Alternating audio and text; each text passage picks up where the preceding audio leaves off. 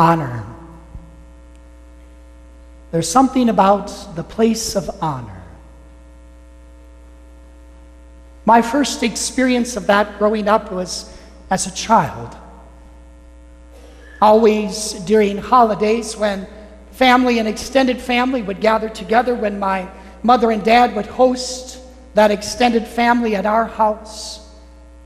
Why, it required, given the size of just our immediate family, and then of course bringing some of the aunts and uncles and some of the first cousins together, it required, as you might guess, in order to eat, several tables. There were the two main tables in our house. There was the kitchen table that was familiar to all of us, and then there was the table, the big table, the table that nobody ever sat at except at holiday time. It was the dining table. My dad always said that table was a waste of space because it hardly ever got used. But nonetheless, whether it be Thanksgiving, Christmas, Easter, whatever holiday we were celebrating, why, the people would come and the people would gather and the people would have their place at the table. It was never me. And then there were the people that had the place at the kitchen table. That wasn't me either. Why, there were then the other tables, the ones in the basement, perfectly square, with folding legs, called the card tables. You know them, of course, you have them in your own house. There's something about a card table, with folding legs. Why, anytime a leg can fold, we can be guaranteed that it's not going to be very sturdy. Why, the two main tables upstairs, for holidays, they had a beautiful tablecloth on it and cloth napkins. Why, that would match, of course, the color of the season, the holiday we were celebrating. Downstairs, the card tables, why, nothing on them at all, just some paper napkins. And that's where the children went. Gosh, I looked forward to the day that I could be upstairs, that I could be at the table, or at least the kitchen table. I was tired of that shaky little cardboard table in the basement. It was black. It had a piece of duct tape where the corner where one of us kids no doubt cut it in the course of playing or doing some kind of activity. But there we would sit as children in the basement with no tablecloth. You see, my mother was wise. She knew that we would spill anyways. So why have something fancy? But there we were, and there we would eat. And I kept thinking, someday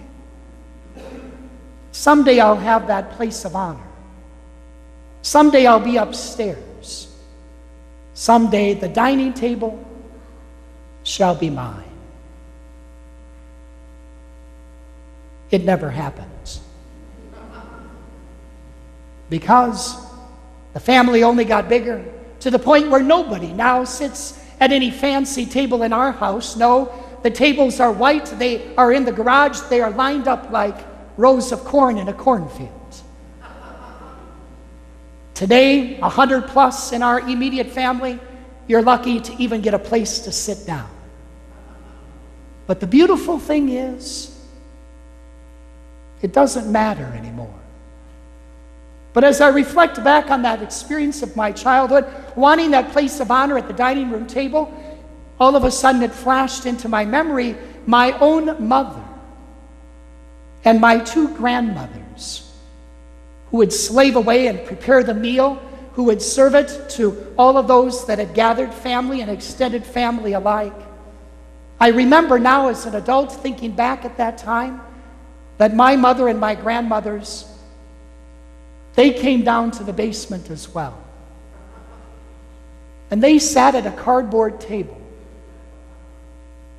And there they ate with us children. And I think about that experience now as an adult, and I smile. Because that's really what Jesus is getting at in the gospel today.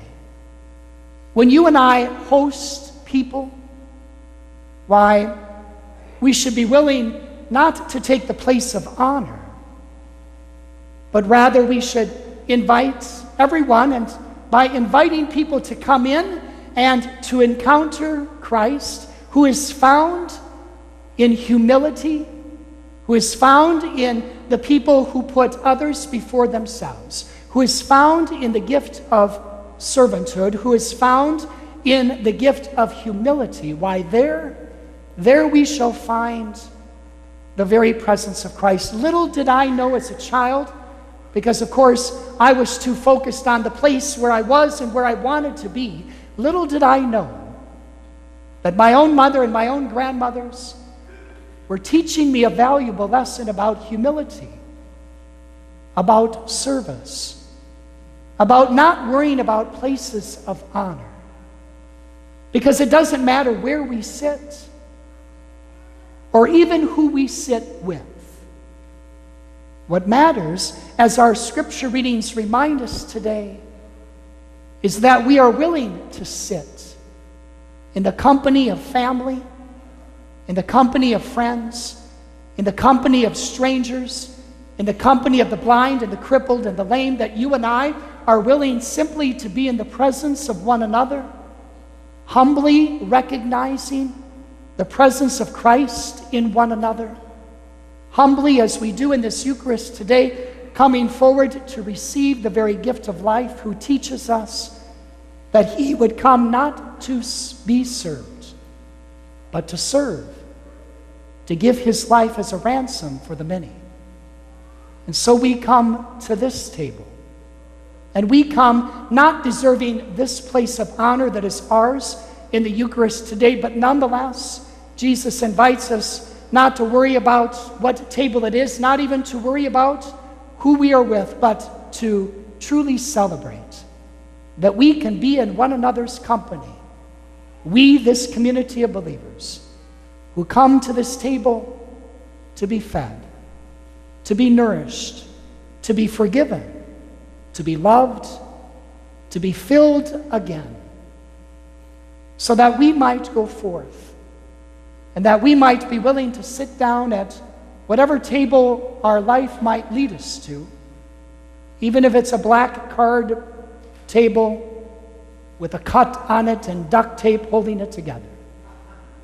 Why, there, at whatever table we find ourselves, let us sit, let us listen, let us be honored by the presence of Christ within us and among us.